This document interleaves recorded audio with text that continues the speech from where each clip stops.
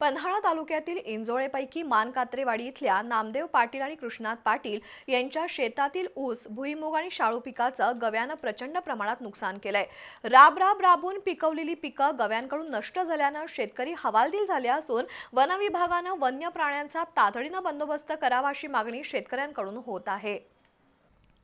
पन्हाळा तालुक्यातील इंजोळेपैकी मानकात्रेवाडी इथल्या नामदेव पाटील आणि कृष्णात पाटील यांच्या रांगी नावाच्या शेतामध्ये पहाटे 4च्या सुमारास गव्याच्या कळपानं धुमाकूळ घातला। शेतातील उभा ऊस, भुईमूग आणि शाळू पिकाचं मोठ्या प्रमाणात गव्यांनी नुकसान केलंय। सकाळी शेताकडे गेल्यानंतर शेतकऱ्यांच्या निदर्शनाला हा प्रकार आला। हातातोंडाशी आलेला घास वन्य प्राण्यांनी हिसकावून घेतल्यानं शेतकरी हवालदिल झालेत। दरम्यान वन विभागाचे कर्मचारी संदीप पाटील यांनी घटनास्थळी येऊन पंचनामा केलाय। त्यामुळे बाधित शेतकरी नुकसान भरपाई मिळण्याच्या प्रतीक्षेत आहेत।